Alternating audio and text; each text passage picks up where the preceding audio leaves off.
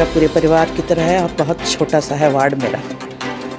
हार जीत लगी रहती है। भाजपा प्रत्याशी जीत के बाद मेरे घर पे आए, मेरे द्वार पे आए, बोले हम आपसे आशीर्वाद लेना चाहते हैं। उन्होंने मेरे चरण छुआ। चरण छूने के बाद चूँकि स्वागत करने के लिए मेरे हाथ में कुछ नहीं था, तो मैंने कहा ये हम आपका कुमकुम टीका लगा लेते हैं। घर में मीठा भी नहीं, कुछ भी नहीं, तो कुमकुम टीका लगा लेते हैं। स्वागत किया। उसी समय डॉक्टर राघव जो उनके साथ है, उन्होंने कहा कि आपने हमको अवसर दिया तो ये अवसर प्राप्त हुआ। ना जाने इस शब्द का किन लोगों ने क्या अलग अलग अर्थ लगाया, अब वो तो डॉक्टर साहब ही बता सकते हैं इसका क्या अर्थ है। लेकिन बहुत बार ऐसा हुआ, डॉक्टर साहब मेरे को पूछते थे कि आप चुनाव लड़ेंगी क्या? आप नहीं लड़ेंगी तो फिर तभी हम लोग को मौका मिलेगा, नहीं तो नहीं मिल पाएगा। और इसी मैंने कहा मैं चुनाव नहीं लड़ रही, मैं अपनी बहन जो मेरी सरोज यादव जी है, सीधी सादी हमारे इसी वार्ड के बीच की है, उनको प्रत्याशी के रूप में नियुक्त किया और उसके लिए मैंने वोट भी मांगा। पर्सनल व्हाट्सएप के माध्यम से आप दे सकते हैं, करीब 500 लोगों को गया होगा पर्सनली मैसेज। एक एक घर गई मैं, फ़ोन से द्वारा किया और उनसे बात की और रिक्वेस्ट किया, कांग्रेस के पक्ष में वोट करने के लिए अपील की। अब अपना अपना भाग्य होता है और उनका हार मेरा हार हुआ, क्योंकि इसमें मेरा सम्मान लगा होता है। एक महापौर का सम्मान था, एक वार्ड अगर मैं हारी हूँ तो उसमें मेरा भी सम्मान की हानि हुई है। और बड़े दुख की बात कि सब वीडियो का अलग अलग अर्थ निकाल के उसको वायरल किया गया। और ये संस्कार धनी के मेरे संस्कार नहीं है, मेरे अपने संस्कार जो है उसका स्वागत करने का है। ये मामला अब राजनीतिक मोड़ ले लिया है आपके कांग्रेस के कुछ लोगों के द्वारा, इस पर क्या? हाँ, बड़ी दुख होता महसूस होता है जब ये राजनीतिक रूप ले लेता है। वस्तु स्थिति समझनी चाहिए और परंपरा और संस्कार भी समझने की आवश्यकता है। किसने क्या बोला आप उससे पर्सनल पूछ लीजिए, क्या हो उनकी मंशा है, क्या सलाह है, और फिर पार्टी फोरम में बात रखनी चाहिए।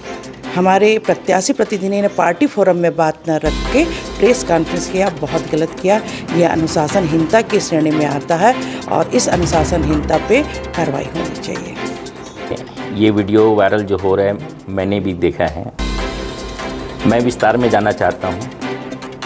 15 तारीख को पार्षद चुनाव अभी जो हुआ है उसका परिणाम आए।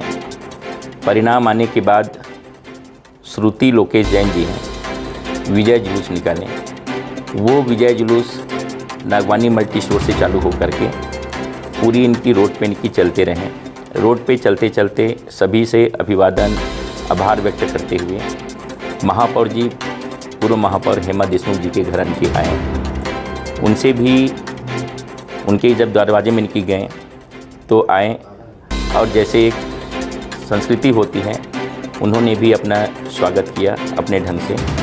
वहाँ पर आप लोगों ने जो पूछा कि वीडियो जो वायरल जो हो रहा है, मेरा यानी कि मैं एक ही इनकी चीज़ को कहा कि भाई भाभी आपने मौका दिया,